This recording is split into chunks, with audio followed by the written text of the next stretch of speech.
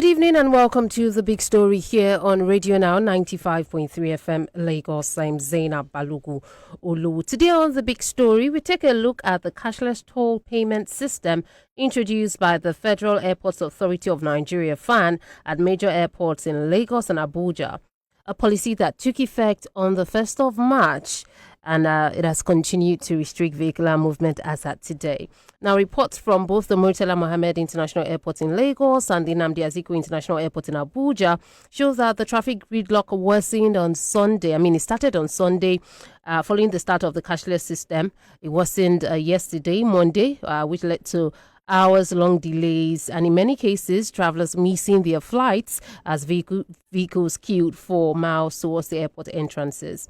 Now, responding to this, FAAN issued an apology on its X platform, acknowledging the traffic build-up and asking Nigerians for patience and cooperation while measures to ease congestion are scaled up. In that statement, the authority noted that despite the wide publicity notices and repeated announcements issued ahead of the commencement date, a significant number of motorists opted to register for their Go cashless cards at the gates yesterday morning, which the authority said created pressure on the toll lanes and resulted in temporary gridlock.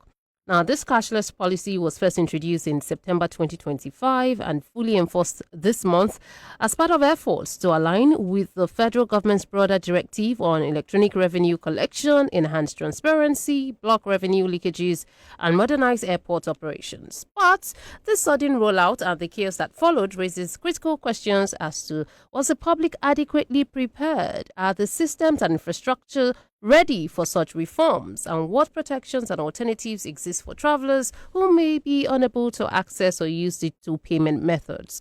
So these are the concerns, and these are some of the things we'll be examining today on the big story. Joining me on the conversation, I have Mr. Dati on this. Do you think they communicated enough to people to know that this is going to start March 1? It's good to understand that we share with the pain that people go through, having to align with what is going on. But it's the only way to go.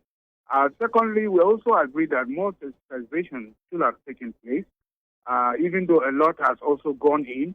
But unfortunately, a few events happened in the last few weeks that overshadowed the campaign for our enlightenment. First is the unfortunate fire incident at the Murtala Mohammed International Airport that overtook the airways. Secondly, also the Iran-Israeli-U.S. war that took over much of public space and discussion. But most of them are just recently. I said in general, I didn't see anything. I had to go to the page. So, there was, Except that enough enlightenment has not gone on, and maybe they underrated it, and that is why, based on the fact that very few enlightenment was put on, the fact that very key events also happened further made it worse because people were not able to key in and understand what is happening. But gradually, I'm speaking for you from Abuja, gradually people are beginning to get a hang of it. And people are beginning to understand that you can actually go and fund your card from wherever you are. You don't have to wait to get to the airport first, because it's a card that you can use at the access gate, at the car park, at the lounges, and other FAAN reserve area policy. So for airport users, it's something that should be with you all the time, like your ATM card.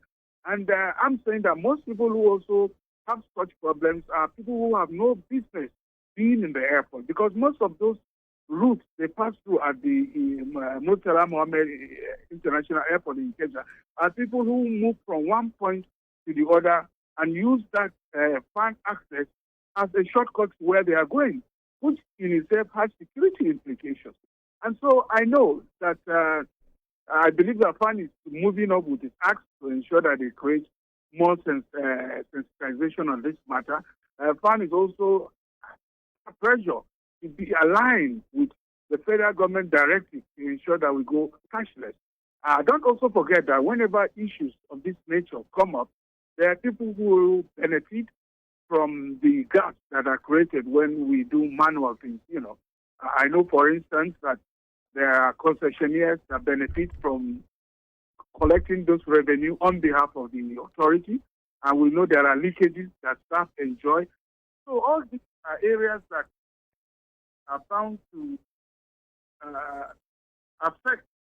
So do you think it was a failure on the part of FAAN not to have accessed their data to actually see the number of registrations this period? I think far from it. On the other hand, I want to say that I commend FAAN for having the courage to go ahead with this project.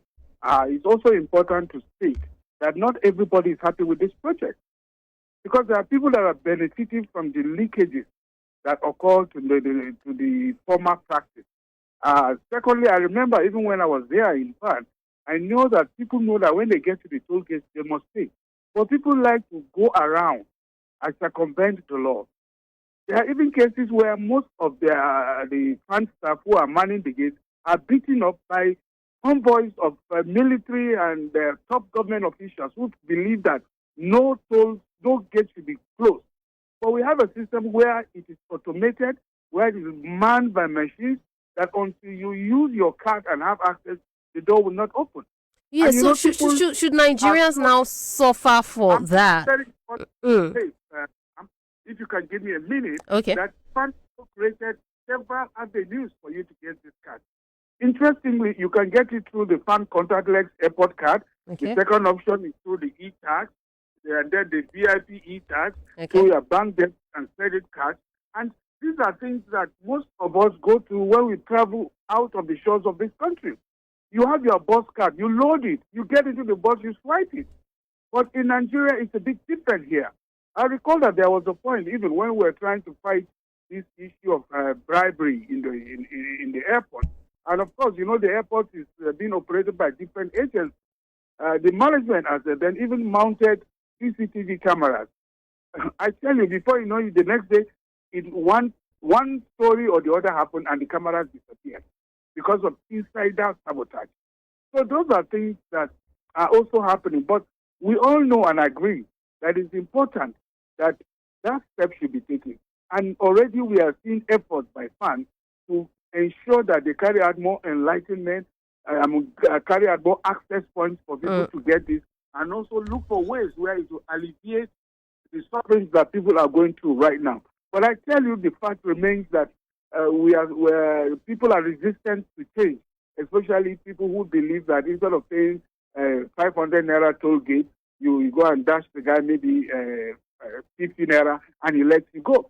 So when those areas are short, there is bound to be some resistance. And that is why I'm calling on the media, especially with this opportunity you are creating, to join FAAN, because it's not just the responsibility of FAAN. The money, the leakages that are going are the Commonwealth of Nigeria.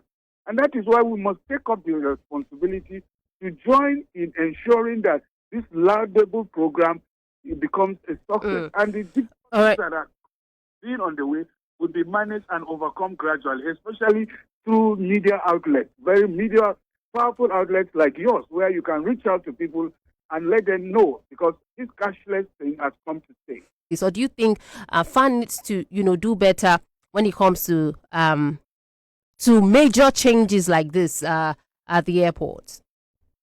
I am aware that FAAN is already taking actions to ensure that they reach out to places like radio stations, media outlets, and also the press, like Koiki, my friend who is with the media, to be able to, they should be mobilized. And in fact, the journalists on the beat will also be part of the people that will go out on this crusade, because it needs massive enlightenment. And communication is about repeating the message all the time. All right. Because you don't assume that you have sent the message and people will hear. There must be repetition so that people compliance becomes easier, especially when people see the benefits, the overall benefits. And I'm happy that also the organization is beginning to learn from the early mistakes of this policy. And you can see that the queues are reducing, the avenues to be able to have access to these e-cards have increased. So I'm sure in the few coming days, most people will even try to get their e-card loaded. You can load the e-card as little as 2,000 naira. It doesn't cost much. And you'll be able to have access to the car park, to the other areas that you need the car, the access gate, the car park, the lounges, and other FAAN services points that are there. It's also very important that we also, because the airport environment is a security environment, and especially in this period where we are having challenges, it's important that we know the kind of people that come within that environment. All right. So I believe I applaud the steps taken by FAAN, and I'm sure with the way the authority has been going on, more has to be done to ensure that there's more sensitization in that area. All right. Thank you so much, Mr. Yakubu Dati, former General Manager, Corporate Affairs and Public Affairs at FAAN. We do appreciate your insight into this discussion, Mr. Dati. Thank you very much.